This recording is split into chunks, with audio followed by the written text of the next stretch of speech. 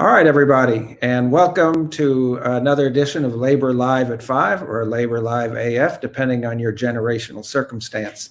There's a big deal going on right now in Austin, Texas and Travis County because of reports that Elon Musk and the Tesla motor company, I guess, or the company is thinking of locating a new plant here that would make trucks and make batteries and make SUVs. And the question on the table for policymakers in Travis County and school districts and the state are, should we be giving significant sums of money to this? Wait 1 second, I think we're having a technical difficulty. Hold on. All right, I think that's good. So should we be giving large sums of money to Elon Musk for him to bring these jobs to Texas? So we figured, well, what's it involved? What's the issue? What kind of jobs are these? What kind of a corporate citizen is Elon Musk? What are we looking at? Let's look behind the curtain a little bit. And so we started looking around and saying, who can talk to us about that? And luckily, we came in contact with Jennifer Kelly. And Jennifer is our guest tonight. And Jennifer spends her life looking into the practices of Elon Musk and the Tesla Motor Company, in addition to the auto industry in general. And she agreed to come talk to us today about what Tesla is like and what's it like. So Jennifer, thank you so much for joining us. We appreciate it very much. I'm pleased to be here. Thanks for having me. Great. So you're coming to us from just outside of Detroit, Michigan. That's correct. And that's where you spend your days doing research into the likes of Elon Musk. So tell us a little bit about just your job and how it is that you come to know about all these matters about Tesla. Sure. I work in the research department of the UAW, and that puts us in a place to look at a lot of interesting issues and also look at the companies in our industries. And auto is the biggest piece of the union, not the only piece. We're in other manufacturing industries, as well as in higher ed and gaming and all sorts of things that people probably don't know. But so we look at all of our employers, we look at all of our industries. And so we study the auto industry. And without a doubt, Elon Musk and Tesla have really revolutionized the auto industry in some really exciting ways, and defying lots of odds that sort of the analysts and whatnot threw out there. He continues to succeed and kind of muscle through challenges, and is putting cars out there, and seems to have moved the ball down the road in terms of the traditional OEMs, the traditional automakers, really jumping into EV development and production. And so as we organize and as we bargain, we study these companies. And so we've been looking at Tesla for a long time. They're really important and done good work. So the UAW is not opposed to electric vehicles. No. Where are y'all at on electric vehicles? We make electric vehicles, for one thing. General Motors, Ford Motor Company, they make electric vehicles, and that's our members making those. We work on vehicles that go into autonomous testing and fleets. And so, we support it. We see that that's the way the industry is going. We see it's important for the climate that we reduce emissions. We have two areas of concern, though. One, we think that it's important to have domestic policies that support developing this new industry here in the United States. It's not a foregone conclusion that industry will be here and that the supply chain will be here. And we're also very concerned that these new jobs be good jobs. And again, that's not going to happen all on its own. Yeah. One of the things that we talk about a lot is that there's nothing about being an auto worker that guarantees you a middle-class lifestyle, that it was organizing, it was fighting, it was collective bargaining, it was people standing up for literally decades that have brought those jobs to where they are right now, or where they were. And we've seen a steady erosion due to a lot of things, whether it's trade or whether it's national labor policy or anything like that. But Elon Musk seems to be playing a particular role in that. And I wonder if you could talk about what the company, what you know about the company when it comes to their labor relations. Well, there were workers trying to organize a union in Fremont, and that led to them filing some charges with the National Labor Relations Board, feeling that there were essentially sort of anti-union activities going on. And so those workers really struggled. We also saw through some of the health and safety studies that were done, not just in Fremont, but also at the Gigafactory, that there were problems with health and safety practices, with reporting that were documented.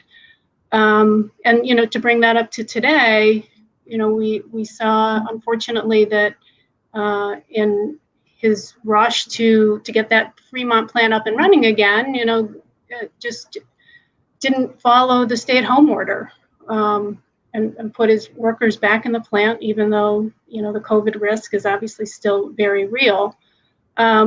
So those are some of the issues that we've seen again that over the last several years. So yeah. So in some level, you would say, well, those are just the people that work at his company. Why should the folks in Detroit, or why should the folks in Austin, Texas, care about how his company has been anti-union in California, or has had a very high degree of workplace injuries, or even doesn't, even the shroud of secrecy that's around it? Why does that matter to people all over the country? Yeah. Whether it's Tesla or really any other automaker, the practices that any of them engage in can start to a race to the bottom. I mean, in years of bargaining with the unionized automakers, we always hear about what are the non-union companies doing? What are the ways in which they're paying less? How are they using temporary workers more? How are they providing less health care, less job security? I mean, all of these things that have become sort of commonplace among the non-union automakers put downward pressure, not just on wages and benefits, but the actual workplace practices as well. And it makes that the fight so much harder. Like you said, I mean, we already have trade. We already have labor law that isn't very favorable. Yeah. So one of the issues that I think has been very contentious when it comes to Tesla is the issue of temporary employees. And let me just say that, one of the issues that Travis County folks are considering is whether to give a big tax break to this company. And so obviously the idea of giving any money to somebody who is a billionaire at this time, when our public employees and our tax base is straining under the weight of COVID and the crash of oil in Texas. The idea that we'd be giving any money to a billionaire is something that's a pretty high hurdle to get over. But if we are doing that, we want to talk about what those jobs are going to really look like. And are they going to be family sustaining jobs? Are they going to be jobs where people have the freedom to organize? Are they going to be jobs where people are going to have benefits? Or are they going to be temporary jobs where you don't have any long-term investment in the company? You don't have the level of benefits. And so based on your research, what can you tell us about that?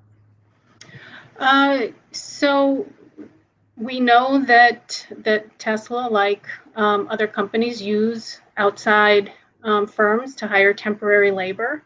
Unfortunately, there's no reporting. There's no real reporting on what percentage of their labor is temporary. And I think, to your point, Texas is in a position now where before they make any agreements about providing taxpayer investment, right, now's the time you can put those mechanisms in to get that transparency, to find out, are you using temporary workers? How many?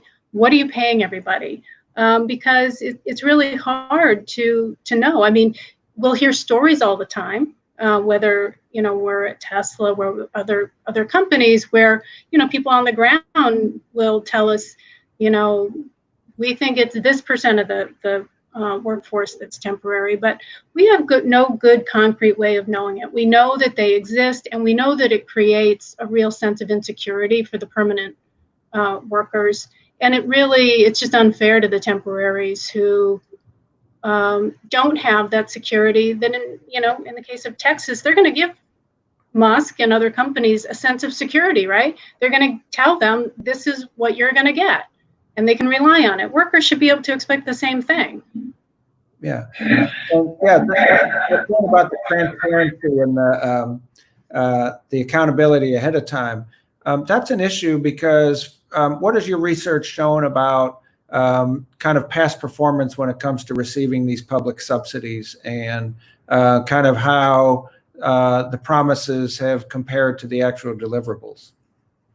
Yeah, there's been some documenting, in particular on the Gigafactory, that the jobs numbers have fallen short, and the amount of investment fallen short. And so, it's is that a crime? No, of course not. I mean, you build a plan and you hope it comes to fruition. But for, again, the taxpayers, they need to be getting something for their money. And if the jobs aren't there, then they should be getting something back. Yeah, and have you seen places where that's been effective, or models and things like that have been really strong? Oh, unfortunately, I don't know. I mean, there's a group effort out there. Jobs to Move America looks to build in those protections up front, and enable more clawbacks. Right. And Good Jobs First does a good job sort of tracking subsidies and talking about the ability to claw back. But that's an area where there may be good examples, but I'm afraid I don't know any. Do you? Yeah. Well, I think actually in Austin and Travis County, both the city government and the county government have been really very good historically about about putting those kinds of things in their deals and holding the folks accountable. And we should point out that it's not just the UAW the people who are actually going to be building this factory that are going to be involved. There's a lot of folks who are going to be building. There's a lot of folks who are going to be servicing it. There's a lot of transportation that's going to have to happen. So, it can be a real engine for a lot of opportunity for folks.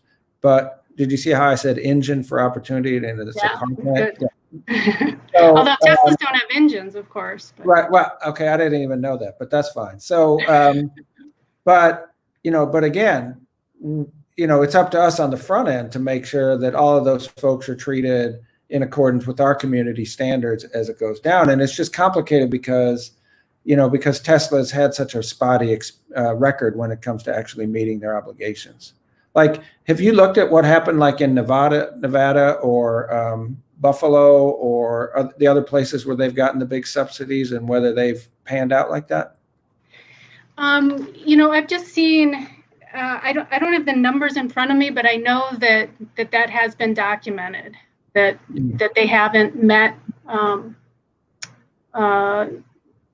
the employment numbers that they suggested they would, and that was a part of the agreement to provide the subsidies. I think one of the things, you made this point that auto jobs aren't good jobs all on their own, and I think that there's still a sense in communities that to win an auto assembly plant is a big deal, but it's less a big deal if the wages aren't as good as they used to be. And if the job security isn't there, and they're temporary jobs, and so it's really important, when we have these community discussions, to really pin down what those wages are, and really realistic expectations about not just the direct employment, but also the associated supplier employment. I saw that with Nissan in Mississippi. They had all sorts of thoughts. They were going to build this thriving auto supply network in the state, and that was going to be part of the economic benefit, and it didn't happen. Now, I don't think they were lying, but it didn't happen. It just, these things don't necessarily follow. Yeah. with the Nissan plant, they build the Leaf in Mississippi, right? No, they Oh, do the Leaf in Tennessee. Tennessee, right. And Yep. so I remember one of the environmentalists who was talking, because there was some kind of organizing going on, and he said, you can't build clean cars with dirty labor, and that it's really important that obviously electric vehicles are the vehicle of the future. And so really what's at stake right now is this notion of we have an opportunity to play a role in setting the future course of this industry. And I'm talking about for decades going forward. And so it really raises the stakes about that. Can you talk a little bit about the kind of intersection of the environmental piece and the labor piece moving forward in this industry? Yeah, I think it's so important that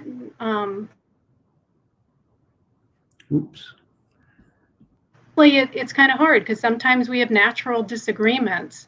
But I think that if we can focus on the areas we have in common, and realize that there's no environmental loss from demanding that whether we're building solar panels or electric vehicles or the charging infrastructure, that the wages paid should be good.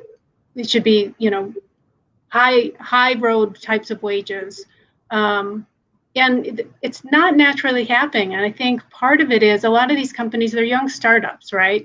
And so it's this mentality of they're doing it on a shoestring and they can't afford this. And, people being so taken in by the novelty of their ideas, they forget to look at, who's actually doing the work and under what conditions. So we try and work with the environmental community all the time, and try and kind of deal with our differences where they exist and work together to help build a good EV industry in the U.S. It's such a win-win from my perspective in that, to be able to convince workers that environmental policies that create new jobs are in their interests and are in our interests, we have to be able to show that you can earn a decent living in these industries, right. and that we will have this, we'll have the same rights and the same rights and benefits and opportunity to organize in the new quote green industries as we have traditionally in our historical industries. And so when situations like this where huge capital input is being put into something that's going to be driving our economy in this area, it's just so important that we on the ground floor that we make sure that those standards are in there. Right. Yeah, I couldn't agree more. And again, we're talking about taxpayer investment, and we should expect high road practices when our taxpayer money is being used, and not a race to the bottom that then drags the rest of the industry with it. Right. That's the problem. That's the problem. So as the Travis County's are considering this tomorrow, what would your what voice would you like to have in there, whispering in their ear that they should be thinking about and that they should be making sure that they do as they move forward based on your knowledge of the industry? Again, I think it's really important to understand what are the jobs that are being created, what classifications and what wage. So for instance, in the documents companies put together, you see, this will be the average annual salary. Well, that doesn't really tell us a whole heck of a lot about what the production worker who gets hired day one is going to make. And we need to know that. We need to know what the skilled trades workers are going to make. We need a mechanism to every year audit that. I mean, that should be publicly available. We should know how many temporary employees they're hiring or that they have on average on roll every year, and what they pay them, so that we can see what percentage of the workforce is temporary. I mean, there should be an expectation about what percentage of temporary is acceptable. Is it 5%? And do that calculation, and hold them to it. I think too, the economic impact studies, I think, need to really walk through that and pick it apart. These things are not just, hard science. There's a lot of assumptions that go into this. I see estimates of how many tier 1 supplier jobs are being created in the county. And that number looks kind of big to me. And I wonder, well, who are those suppliers and what are they going to be doing? And what's the experience in Fremont? Who are those suppliers in Fremont? And are they in the county? And how many jobs? And, that's all concrete information that can be asked. And because that gets baked into this impact number. Yeah. I think more detail. I think that's a really important framework because it does go so far beyond just setting a thing. I mean, the ability to look into it and see what's happening as it happens is really, that's a really important part. Thank you for raising that. And it's there was one other thing I wanted to ask you that you talked about, but it kind of slipped my mind for a second. So slippery mind. Right, may come back.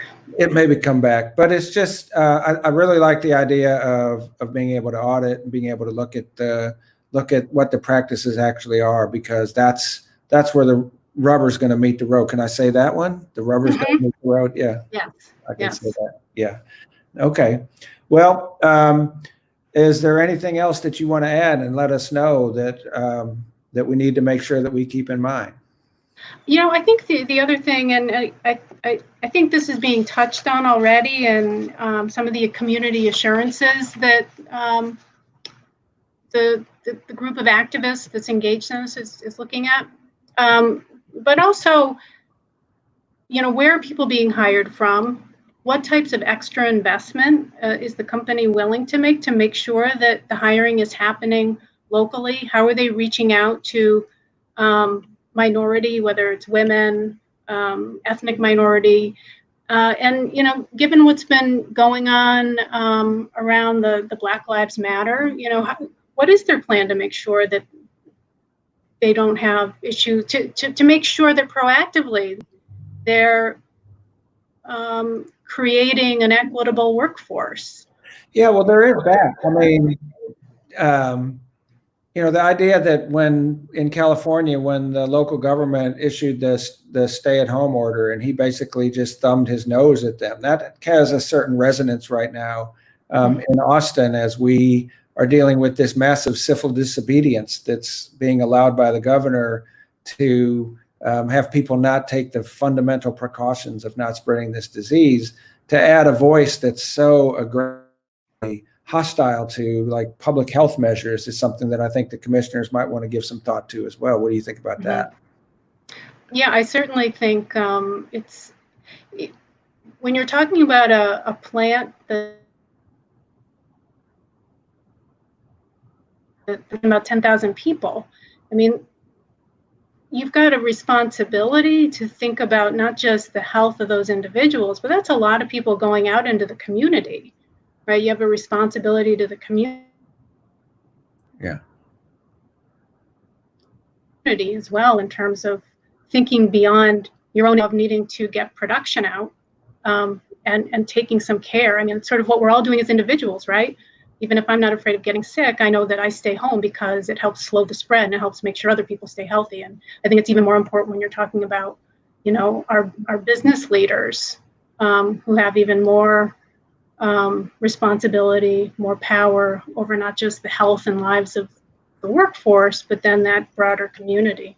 Yeah. And I think that the bottom line is what is the responsibility of the broader community? And I think you've given us a lot of information tonight, Jennifer, about how to focus that conversation tomorrow.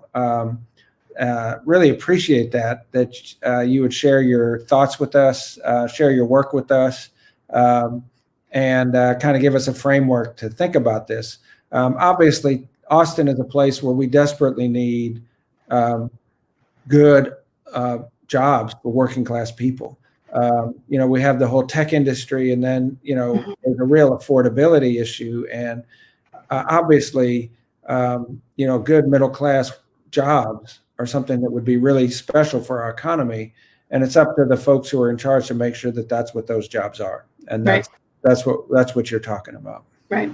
I did dig my notes out. I know you were asking for some of the specific numbers around Nevada and whatnot. And so I just want to share, since I managed to pull them up in front of me.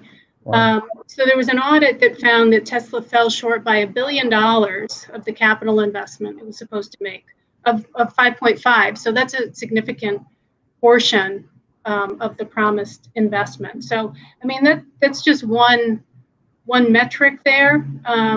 So again, will somebody's expectations about how the business is going to turn out be wrong? Sure, but again, how do you write these agreements to make sure that you can modify if things don't go where you expect them to, that the taxpayer investment doesn't either? Yeah.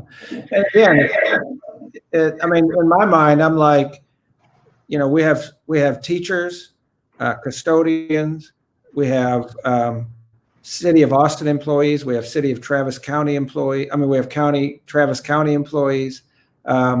We have state employees who all depend on the tax base. And when we're talking about giving money to this billionaire, we're talking about literally taking it and putting it off limits for those folks who have been working for this area for a really long time. And so the stakes are really high, and that the burden of proof is on the people who are seeking to do this to really prove to us that it's going to be something that's going to benefit the community. And I think the information that you brought, and the information that you brought to us tonight is really helpful in kind of framing that conversation for us. So thank you for joining us, and thank you for your work. And I think this was your first Facebook Live. It was. So just be ready for the whole world to change. You know, it's going to be different from now on. But thank you so much for joining us. We really appreciate it, Jennifer. Thanks for having me. Look forward to continuing the conversation down the road. All right. Thank you. All right. Thanks a lot. Bye-bye. Bye.